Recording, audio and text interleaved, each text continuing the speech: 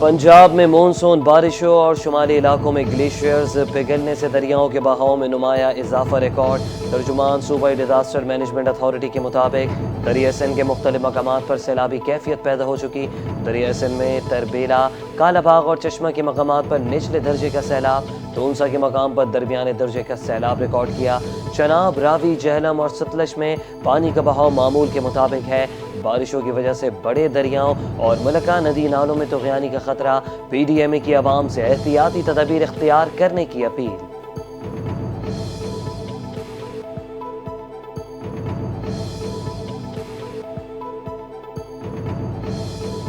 سال کے cyber knife unit کا دورہ، جے پی ایم سی کے ریڈیشن انکالوجی سیکشن کا بھی معائنہ کیا۔ چیف جسٹس سندھ کو جناح اسپتال میں ہونے والے ترقیاتی منصوبوں پر بریفنگ۔ جناح اسپتال میں 13 سال میں 2208 بستروں تک توسیع کی گئی۔ زیر تعمیر 12 منزلہ سردار یاسین ملک میڈیکل کمپلیکس 550 بستروں پر مشتمل ہے۔ چیف جسٹس نے سندھ حکومت کی جدید سہولیات کو کینسر مریضوں کے لیے امید کی کرن قرار دیا۔ کہا دیگر ادارے بھی اس ماڈل سے سیکھیں، عوام کو مفت معیاری صحت کی سہولت دیں۔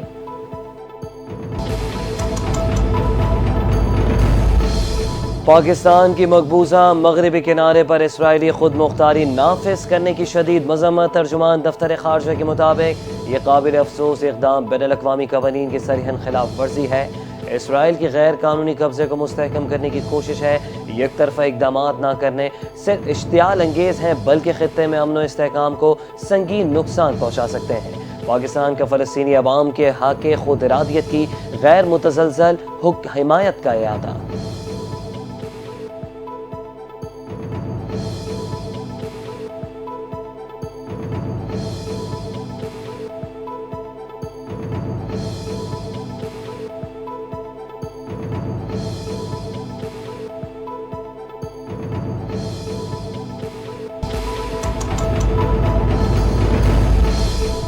فیلڈ مارشل عاصم منیر کا چین کا سرکاری دورہ، بیجنگ میں چین کی اعلیٰ سیاسی اور عسکری قیادت سے ملاقاتیں۔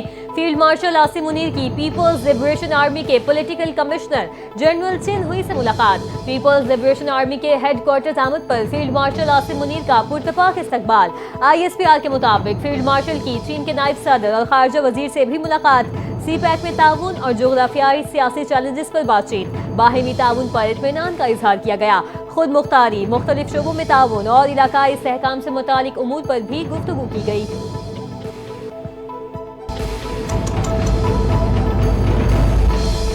وزیر خزانہ محمد اورنگزیب کی سستے گھروں کی تعمیر کے لیے اسکیم کی منظوری۔ وزیر خزانہ کی زیر صدارت ای سی سی کا اجلاس mark up subsidy risk sharing scheme کے تحت مالی معاونت کا فیصلہ کیا گیا۔ محمد اورنگزیب کی وزارت ہاؤسنگ کو جامع ڈیٹا بیس تیار کرنے کی ہدایت۔ وزارت خزانہ کے مطابق ملک میں لو کاسٹ ہاؤسنگ کو فروغ دیا جائے گا۔ حکومت 50 لاکھ گھروں کی تعمیر کے لیے سبسڈی فراہم کرے گی۔ 20 سے 35 لاکھ کا قرضہ 20 سال کی مدت کے لیے دینے کی تجویز کی گئی۔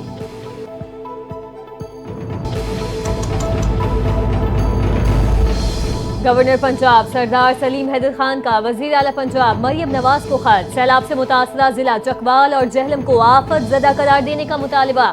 گورنر پنجاب نے خط میں کہا سیلاب سے متاثرہ شہروں میں نظام زندگی شدید متاثر ہوا، شہروں کو آپس میں ملانے والے پل ٹوٹ گئے، رابطہ سڑکیں بہہ گئیں، غریب لوگوں کے گھر، مویشی اور سامان بھی سیلابی ریلے میں بہہ گئے۔ خط میں سیلاب سے نقصانات کے ازالے کے لیے اقدامات کرنے کا بھی مطالبہ کر دیا۔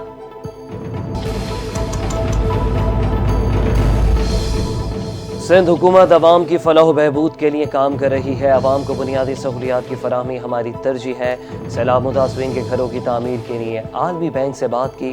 سندھ کے سینئر وزیر شرجیل انعام میمن کا تقریب سے خطاب، کہا کہ بلاول بھٹو زرداری نے سیلاب سے متاثرہ علاقوں کا دورہ کیا، نقصانات کا جائزہ لیا۔ سندھ حکومت نے مشکل وقت میں سیلاب متاثرین کو تنہا نہیں چھوڑا۔ بلاول بھٹو زرداری نے وزیر اعلیٰ سندھ کو متاثرین کے لیے گھر بنانے کا ٹاسک دیا تھا۔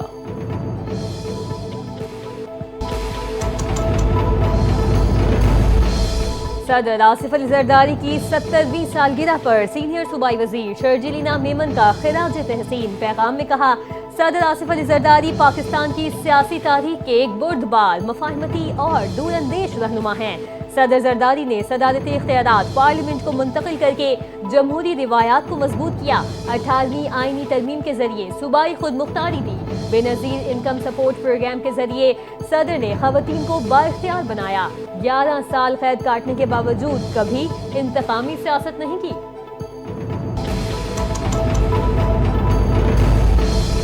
پی ٹی آئی کے 26 نومبر احتجاج کیس میں غیر حاضر ملزمان کے ضمانتی مچلکوں کو ضبط کرنے کا حکم۔ انسداد دہشت گردی، عدالت نے ضمانتیوں کو نوٹسز جاری کرنے کی بھی ہدایت کر دی۔ عدالت نے غیر حاضر ملزمان کے ناقابل ضمانت وارنٹی گرفتاری بھی جاری کیے۔ اے ڈی سی نے کیس کی مزید سماعت 31 جولائی تک ملتوی کر دی۔ پی ٹی آئی قیادت اور کارکنان کے خلاف تھانہ سیکریٹریٹ میں 26 نومبر کو ہونے والے احتجاج کے حوالے سے مقدمات درج ہیں۔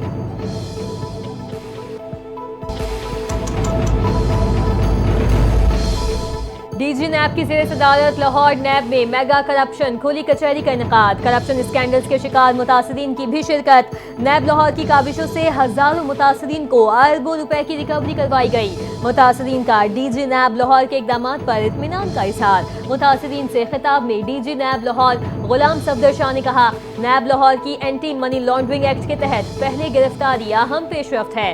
چیئرمین نیب کی ہر مرحلے پر رہنمائی حاصل ہے۔ ملزمان کو کیفر کردار تک پہنچا کر دم لیں گے۔ ڈگاری قتل کیس کے تفتیشی عمل میں اہم پیش رفت۔ مقتولہ بانو بی بی کی والدہ گل جان کے ڈی این اے کے نمونے حاصل کر لیے گئے۔ پولیس سرجن کے مطابق گل جان بی بی سے بال، خون اور حلق سے لعاب کے نمونے لیے گئے۔ نمونوں کو ڈی این اے تجزیے کے لیے پنجاب فورنزک سائنس ایجنسی کو بھجوایا جائے گا۔ اس سے قبل مقتولہ بانو بی بی کی قبر کشائی کے دوران بھی لاش سے ڈی این اے کے نمونے لیے گئے تھے۔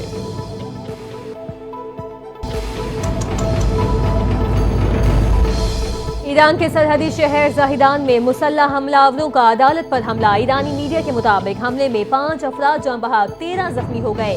جوابی کارروائی میں 3 دہشت گرد بھی مارے گئے۔ سیکیورٹی اہلکاروں نے علاقے کو گھیرے میں لے لیا۔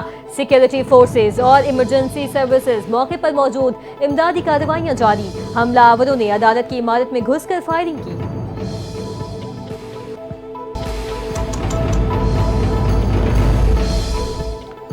چینی صوبے ہیبی کے شہر باؤڈنگ میں شدید بارشوں نے تباہی مچا دی۔ 24 گھنٹوں کے دوران سال بھر جتنی بارش ریکارڈ سمیت کئی علاقوں میں سڑکیں، پل اور دیگر انفراسٹرکچر زیر آب آ گئے۔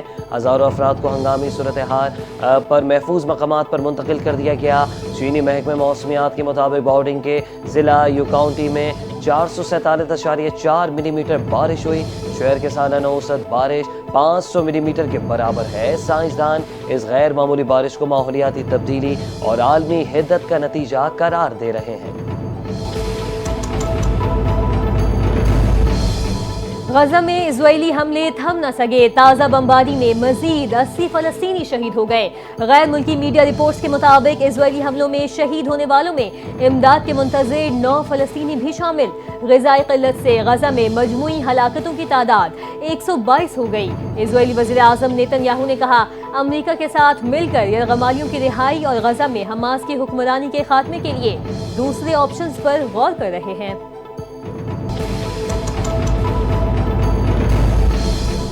امریکی صدر ڈونلڈ ٹرمپ نے فرانسیسی صدر کے فیصلے کو رد کر دیا۔ ڈونلڈ ٹرمپ نے فلسطین کو ریاست تسلیم کرنے کا اعلان مسترد کر دیا۔ کہا کہ صدر میکرون کے فلسطین کو ریاست تسلیم کرنے کے بیان میں توازن نہیں ہے۔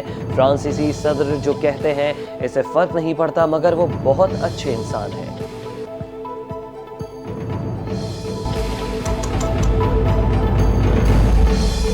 اور پاکستان کا بھارت میں کسی بھی اسپورٹس مقابلے میں شرکت نہ کرنے کا فیصلہ۔ پاکستان اسپورٹس بورڈ نے بھارت میں کھیلوں کے مقابلوں پر حامی بھرنے پر پابندی لگا دی۔ نوٹیفیکیشن کے مطابق کوئی بھی sports federation Pakistan sports board کی اجازت کے بغیر بھارت میں کسی ایونٹ میں شرکت نہیں کرے گا۔ فیڈریشنز بھارت میں کھیلوں میں شرکت سے قبل PSB سے مشاورت کریں۔